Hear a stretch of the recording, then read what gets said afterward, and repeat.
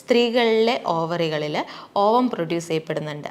ഈ പ്രൊഡ്യൂസ് ചെയ്യപ്പെടുന്ന ഓവം പൂർണ്ണ വളർച്ചയെത്താതെ പ്രൊഡ്യൂസ് ചെയ്യുകയോ അല്ലെങ്കിൽ പകുതി വളർച്ചയെത്തി പ്രൊഡ്യൂസ് ചെയ്യുകയോ ചെയ്യപ്പെടുന്ന ഈ ഓവം പിന്നീട് സിസ്റ്റുകളായിട്ട് അല്ലെങ്കിൽ കുമിളകളായിട്ട് ഫോം ആവുകയും അത് പിന്നീട് ഓവറിയിൽ കാണപ്പെടുകയും ചെയ്യുന്നതിനെയാണ് ഈ PCOD എന്ന് പറയുന്ന കണ്ടീഷൻ. ടൈപ്പ് 2 ഡയബറ്റിസ് അവർക്ക് വരാനായിട്ടുള്ള സാധ്യതകളുണ്ട്. പിന്നീട് അവർക്ക് പ്രഗ്നൻ്റ് ആയതിനു ശേഷവും മിസ്കാരേജസ് സംഭവിക്കാനായിട്ടുള്ള സാധ്യതകൾ കൂടുതലായിട്ട് കാണപ്പെടുന്നു. ഒരു അരമണിക്കൂറെങ്കിലും നമ്മൾ എക്സസൈസിനായി മാറ്റിവെക്കുക, നടക്കുക, കുറച്ച് സമയം നമുക്ക് നടക്കുക, അതുപോലെ തന്നെ എക്സസൈസുകൾ കുറച്ച് കൂടുതലായിട്ട് ചെയ്യുന്നത് ഈ കണ്ടീഷനെ ഒരുവിധം നമുക്ക് കൺട്രോൾ ചെയ്യാനായിട്ട് ഹെൽപ്ഫുള്ളായിരിക്കും. നമസ്കാരം, ഞാൻ doctor Athira, chief physician, Bhoomi nature cure and wellness, Koottanad. ഇന്നത്തെ വീഡിയോയിൽ നമ്മൾ എന്താ പറയാൻ പോകുന്നതെന്ന് വെച്ചിട്ടുണ്ടെങ്കിൽ എന്താണ് PCOD അല്ലെങ്കിൽ എന്താണ് PCOS എന്ന് പറയുന്ന കണ്ടീഷൻ. പോളിസിസ്റ്റിക് ഓവറിയൻ ഡിസീസ് എന്നതാണ് ഈ PCOD എന്ന് പറയുന്നത്. സ്ത്രീകളിലെ ഓവറികളിൽ ഓവം പ്രൊഡ്യൂസ് ചെയ്യപ്പെടുന്നുണ്ട്. ഈ പ്രൊഡ്യൂസ് ചെയ്യപ്പെടുന്ന ഓവം പൂർണ്ണ വളർച്ചയെത്താതെ പ്രൊഡ്യൂസ് ചെയ്യുകയോ അല്ലെങ്കിൽ പകുതി വളർച്ചയെത്തി പ്രൊഡ്യൂസ് ചെയ്യുകയോ ചെയ്യപ്പെടുന്ന ഈ ഓവം പിന്നീട് സിസ്റ്റുകളായിട്ട് അല്ലെങ്കിൽ കുമിളകളായിട്ട് ഫോം ആവുകയും അത് പിന്നീട് ഓവറിയിൽ കാണപ്പെടുകയും ചെയ്യുന്നതിനെയാണ് ഈ PCOD എന്ന് പറയുന്ന കണ്ടീഷൻ. ഇത്തരത്തിലുള്ള കണ്ടീഷനുള്ളവർക്ക് പിന്നീട് ആ ഓവം എൻലാർജ്ഡ് ആവാനായിട്ട് വലുപ്പം വെക്കാനായിട്ട് സാധ്യതയുണ്ട്. ഇതെല്ലാം മൂലം നമുക്ക് നമ്മുടെ ശരീരത്തിൽ ആൻഡ്രോജൻ്റെ അളവുകൾ കൂടുന്നു. ആൻഡ്രോജൻ എന്ന് പറയുന്ന മെയിൽ ഹോർമോൺസാണ്. ഇതിൻ്റെ അളവുകൾ കൂടുകയും ചെയ്യുന്നു. ഇതുമൂലം ചിലർക്ക് മെൻസ്ട്രേഷൻ സ്കിപ്പാവുകയും അതുപോലെ തന്നെ ഇൻഫെർട്ടിലിറ്റി പോലെയുള്ള മറ്റ് കോംപ്ലിക്കേഷൻസ് വരാനായിട്ടുള്ള സാധ്യതകളും ഉണ്ട്. ഈ PCOD എന്ന് പറയുന്ന കണ്ടീഷൻ ട്രീറ്റ് ചെയ്യാതെ വിടുമ്പോഴാണ് അത് പിന്നെ PCOS ആയിട്ട് മാറുന്നത്. PCOS എന്ന് പറയുന്ന മെഡിക്കൽ കണ്ടീഷൻ എന്ന് പറയുന്നത് അതിൽ ഹോർമോണൽ ഇംബാലൻസ് മൂലമാണ് ഉണ്ടാവുന്നത്. അപ്പോൾ ഇതിനകത്ത് കൂടുതലായിട്ട് ആൻഡ്രോജൻ്റെ അളവ് കൂടുന്നു. ഇത് മൂലം ഇൻഫെർട്ടിലിറ്റി അതുപോലെ തന്നെ മെൻസ്ട്രൽ സൈക്കിൾസ് സ്കിപ്പാവുകയും ചെയ്യുന്നുണ്ട്. ഇത് മറ്റ് കോംപ്ലിക്കേഷൻസിന് കാരണമാകുന്നു. ഇതിൻ്റെ കോസുകൾ എന്തൊക്കെയാണെന്നുള്ളത് നമുക്ക് നോക്കാം. അതിനകത്ത് ആദ്യം തന്നെ നമുക്ക് വരുന്നത് എന്തെന്ന് വെച്ചിട്ടുണ്ടെങ്കിൽ ഇൻസുലിൻ കൂടുതലായിട്ട് പ്രൊഡ്യൂസ് ആവുന്നത്, എക്സസ് ആയിട്ടുള്ള ഇൻസുലിൻ പ്രൊഡക്ഷൻ. രണ്ടാമത്തെ എക്സസ് ആയിട്ടുള്ള ആൻഡ്രോജൻ പ്രൊഡക്ഷൻ. മൂന്നാമത്തേതെന്ന് പറയുന്നത് നമ്മുടെ ഫാമിലിയിൽ ആർക്കെങ്കിലും ഇതുണ്ടെങ്കിൽ, ഫാമിലി ഹിസ്റ്ററി ഉണ്ടെങ്കിൽ നമുക്ക് വരാനായിട്ടുള്ള സാധ്യത നമുക്കിതിൽ കൂടുതലായിട്ടുണ്ട് PCOD കണ്ടീഷൻസിൽ.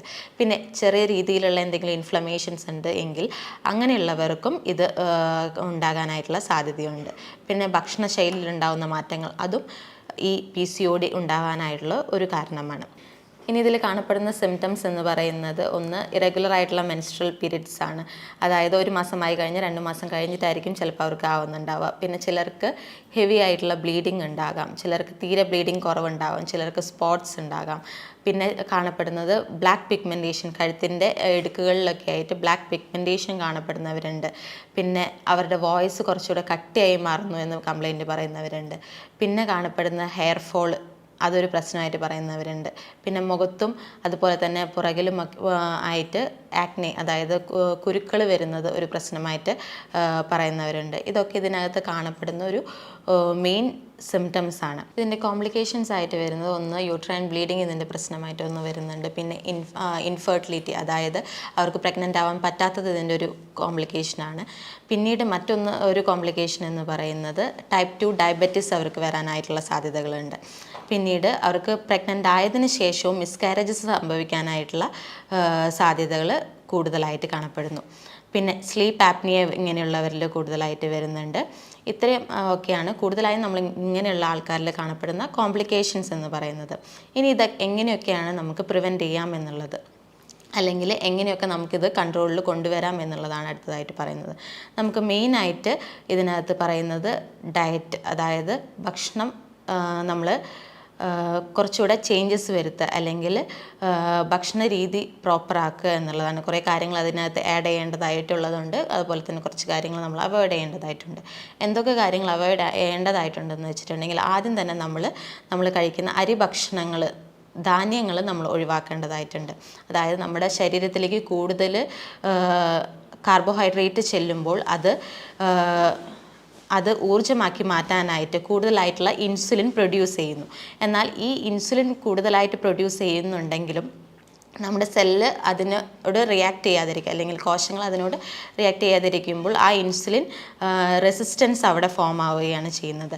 ഇങ്ങനെ അവിടെ അത് പിന്നീട് കൊഴുപ്പായിട്ട് മാറുകയും ചെയ്യുന്നുണ്ട്. ഇതുമൂലവും നമുക്ക് PCOD കണ്ടീഷൻസ് ഉണ്ടാവുന്നുണ്ട്. ഇനി മറ്റൊരു ഇതിൻ്റെ നമുക്ക് മാറ്റാൻ പറ്റുന്ന ഒഴിവാക്കേണ്ട ഒരു കാര്യം എന്ന് പറയുന്നത്, നമുക്ക് പുറമെ നിന്ന് ലഭിക്കുന്ന പ്രോസസ്ഡ് ആയിട്ടുള്ള ഫുഡുകൾ അല്ലെങ്കിൽ ഓയിലി ആയിട്ടുള്ള ഫുഡുകൾ, എക്സസ് ആയിട്ടുള്ള സോൾട്ട് ഇൻടേക്ക്, ഇതെല്ലാം കുറയ്ക്കേണ്ടതായിട്ടുണ്ട്. ഇനി നമുക്ക് എന്തൊക്കെ ആഡ് ചെയ്യാനായിട്ട് നോക്കാം എന്നുള്ളത്. നമുക്ക് ഭക്ഷണത്തിലേക്ക് കൂടുതലായിട്ട് ഗ്രീൻ ലീഫി വെജിറ്റബിൾസ്, അതുപോലെ തന്നെ കൂടുതലായിട്ടുള്ള ഫ്രൂട്ട്സ്, അതുപോലെ ഗ്രേപ്സ്, ഓറഞ്ചസ്, സിട്രസ് ഫ്രൂട്ടുകൾ തുടങ്ങിയ ബെറീസ്, ഇതെല്ലാം നമ്മുടെ ഫുഡിലേക്ക് ആഡ് ചെയ്യാനായിട്ട് നോക്കാവുന്നതാണ്. അതുപോലെ തന്നെ നമുക്ക് കൂടുതൽ വെജിറ്റബിൾസ് അതിനകത്തേക്ക് ആഡ് ചെയ്യാനായിട്ട് നോക്കാം. പിന്നെ നമുക്ക് ചെയ്യാൻ പറ്റുന്നത് ഉലുവ വെള്ളം തിളപ്പിച്ച് കുടിക്കുന്നത്, അത് ഈ പീരിയഡ്സിൻ്റെ സമയത്ത് ഉണ്ടാകുന്ന പെയിൻ കുറയ്ക്കാനായിട്ടും അതുപോലെ തന്നെ പീരിയഡ്സിൻ്റെ ഇറഗുലാരിറ്റീസ് ഒരുവിധം നമുക്ക് കോപ്പപ്പ് ചെയ്യാനായിട്ടും നമ്മളെ ഹെൽപ്പ് ചെയ്യുന്നുണ്ട്. പിന്നെ നമുക്ക് ചെയ്യാൻ പറ്റുന്നത് കറുവപ്പട്ട, അത്